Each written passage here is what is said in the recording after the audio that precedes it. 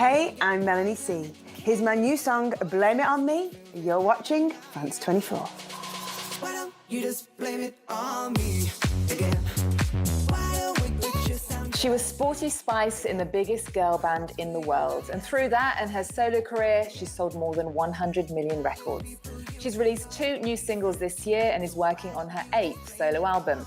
During lockdown, she's been keeping busy making montages of herself singing while homeschooling, emptying the dishwasher and working out, hosting Q&As on YouTube and performing live on social media. Melanie C, hello from Paris. How are you doing? Hello, I'm doing okay. Mixed emotions, lots of challenges globally and very much at home, but yeah, doing okay. Is it true that you've just completed a virtual bike race with 4-time Tour de France winner Chris Froome? I am literally fresh from the race. It was so incredible. Both Chris Froome and Kevin Peterson put a race together, a virtual race on a little app called Zwift, and it was to raise money for a great charity here in the UK. It's Wheels for Heroes, and it's basically giving bikes to NHS workers. There was a mix of celebrities and sportsmen and ex-sportsmen, and yeah, I finished 3rd. Wow! I was the top woman. Chris Froome, Kevin Peterson just picked me at the post. And yes, so the first non-sports person and the first female. So I feel very, very proud of my achievements. Wow, that's amazing. You've certainly been keeping busy during this lockdown period. You released your new song, Blame It On Me. It's got this amazing video where we see you as a kick-ass video game player. Tell us about the inspiration for that. Well, I mean, the song itself, very much like the whole record, it's very dancey, it's electronic pop music. I wanted to make music that I'd want to dance to, but then also I wanted it to have heartfelt lyrics, you know, to be emotional and hopefully things that people would identify with. And the video was completely inspired by those 80s and 90s video games like Mortal Kombat and Street Fighter. So it was really fun to kind of get into that character, and it made me think about Say You Be There, the second ever Spice Girls video, and I was a character called Katrina Highkick. So it felt quite fitting to bring her out of retirement. And it's the second video or the second single released off the new album. How's the album going? Yeah, really good actually.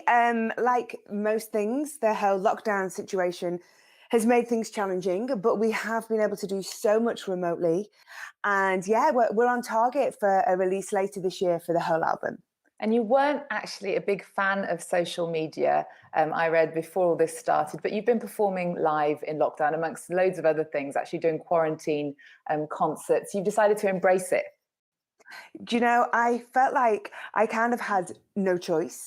I just released my first single, Who I Am, and I was like, what am I going to do? And you're right, I've had a bit of a love-hate relationship with social media. I think like lots of us do. But I think during this time, I've really realized what a useful tool it is in so many ways. And I wanted to stay connected to, you know, not only my friends, my family, but the fans. I was building my armor so I could fit in. To avoid any drama, I would shut my mouth, I hear. And my absolute favourite thing that you've posted is a new sort of video of Who I Am during lockdown. Yeah. It's so familiar to so many of us. I felt like for a moment we were actually living the same life, which is comforting. How is homeschooling going? Well, I am one of those lucky parents, if you see it that way. My daughter's 11. So she is in year 6, and here in the UK, year 6 have just gone back to school. To have that contact with her friends again, to have some more structured learning. I think this time has made me like really grateful for so many things I didn't think about before, like school, like, you know, her teachers, so many things we just take for granted. That's who I am. There's nothing left to hide. I'm comfortable with what's inside. That's who I am. You think you've known me all this time.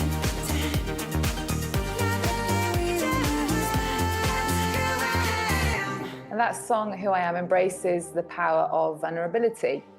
With you looking back at your past, being in the biggest girl band in the world, how does your life compare now to that time? I have the best of both worlds, I feel like now. I mean, don't get me wrong, life is a work in progress, isn't it? We're always trying to readdress the balance. But back in the day, it was incredible. It was so exciting. We were very young. We had no responsibilities. I'm so grateful for that time. But now I have a family, I have a home life, I have privacy, and I also have my career, and I can still go on stage. And when all the travel bans are lifted, I can travel again and reach out to those wonderful fans that have supported me throughout all the years. And I was really touched by some of the Q&As that you've been doing on YouTube with the fans. You did actually a session on physical and mental well-being. You've been very outspoken about dealing with depression in the past. How have you been dealing with your own mental health during this isolation period? I think it's been an interesting time. I think it's been hard, for myself and, many others. But I think it's been valuable as well because we've had no choice but to slow down. We all live such fast-paced lives these days. And although, being at home, being with the family constantly has brought new challenges, we have had more time to sit with ourselves. And so it's just made me, I think, rather than using distractions sometimes to feel better, it's made me have to sit with those feelings and deal with them. So although it's been hard at times, I think it's been an important time for mental health. And you've been a role model for so many women. You guys invented girl power, but you personally showed us that we could be strong, we could be sporty. 20 years after all of that, though, came Me Too. What do you think of the place we're at now? Whew, well, I feel emotional when we think about the place that we're in right now, with with everything that's going on out there. For women, for so many minorities, there has been, I work a lot with the LGBTQ plus community, and there has been great strides taken forward.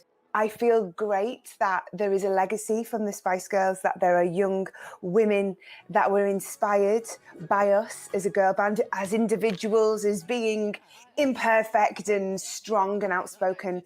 And, I see my daughter's generation growing up being pretty sassy and self-assured. So that's something I feel very proud of.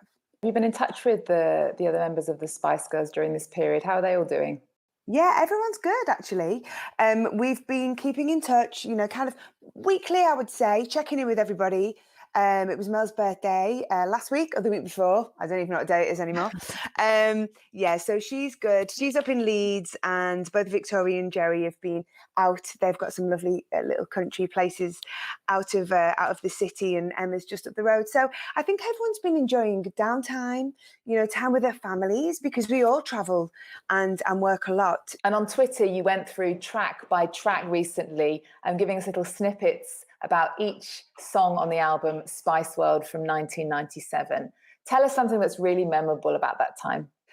Well, Spice World was our second album, and it was mostly made, written and recorded on the set of Spice World, the movie, which was crazy, but so fitting because it was such a crazy time. So yeah, great memories of working with incredible people as well. I was lucky enough recently, I did a little online quiz with Richard E. Grant, and I've not seen him for so many years, and it was so lovely to catch up with him. And he's had this fabulous success in the last few years with his Oscar nomination. So that made me felt, like really reflective and reminiscing about those times. Last year, the Spice Girls reunited on tour, the first time since 2000, apart from when you performed for the Olympics. On Twitter, you said you hoped you'd be able to perform again together sometime soon. I think going through all those tracks was making you feel some nostalgia. Have you any idea when that will be? Hopefully not another 20 years. it can't be. We'd be way too old to be jumping around singing Wannabe, let's be honest. We had such an incredible time. We did 13 stadium shows in the UK and Ireland last year, and the show was just perfect. The audiences were incredible. People came from all over the world, and it's absolutely my number one wish that we are able to take this show and go to all of those wonderful countries. And you've also been sharing some of your playlists on social media. What are your top 3 tracks of the moment? Oh, that's a good question. I love a young British artist. She's actually Japanese British, Rina Sawayama.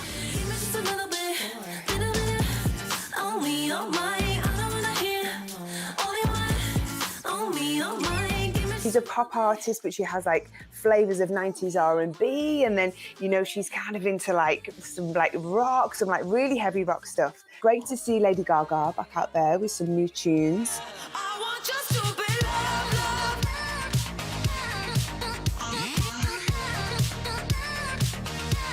Dua Lipa's record is fabulous. I would have stayed at home, 'cause I was doing better alone. But when you said hello, I knew that was the end of it all.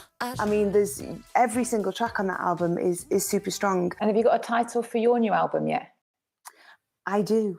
I haven't revealed it yet, but the one thing I have been saying, because it occurred to me the other day, every album I've made as a solo artist has had a title track. One of the songs on the album has been the name of the album, but this time that isn't the case. So that's all I'm giving away at this point. Melanie C, thank you so much for joining us. It's been a real pleasure to have you on the show. Thank you so much. And thank you for joining us, you guys at home. Stay safe. See you next time.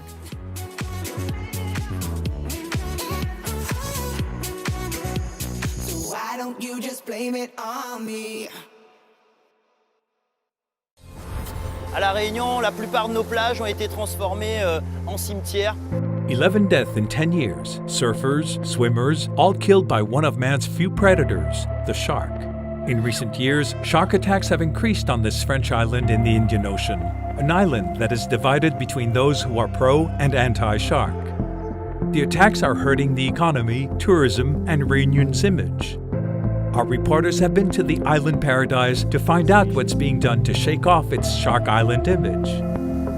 On va aller réappâter du matériel de pêche au requin dans le cadre d'une campagne de pêche préventive qui est ordonnée et organisée par les autorités et les pouvoirs publics. Revisited on France 24 and France24.com.